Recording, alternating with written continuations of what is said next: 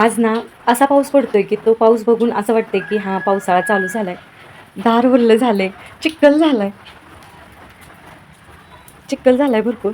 आणि हां, रस्त्यावर ही फुलं कसली दिसतात.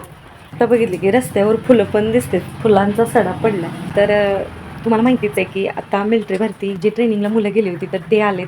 आणि तसंच आमच्या आळीतला पण एक मुलगा आहे जो मिलिटरीत भरती झालेत. तर त्यांचं आज सकाळी म्हणजे वेलकम घेतलं खूप छान पद्धतीनं. मनापासून केलं.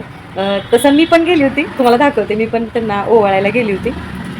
काही पण म्हणा, पण आणि आज आज ह्या दिवशी ना, मोबाईल ज्यावेळेस मी बघत होते ना, त्यावेळेस इतक्या रील्स, इतके व्हिडिओ, फक्त फौजी लोकं आपापल्या घरी आलेत आणि आपल्या आईला ते त्यांची बेरेट, कदाचित त्याला बेरेट असं म्हणतात. आणि ते बघून माझ्या डोळ्यातलं पाणी थांबत नव्हतं.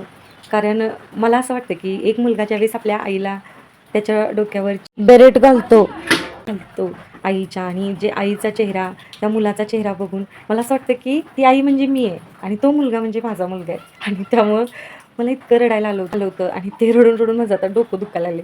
त्या फिल्टरमुळे तुम्हाला कदाचित दिसत नसेल. भावना तर लपवू नाही शकत. पण खरंच खूप छान वाटलं, ज्यावेळेस आपल्या देशाच्या सेवेसाठी आपली मुलं इतके काबाड कष्ट करतात.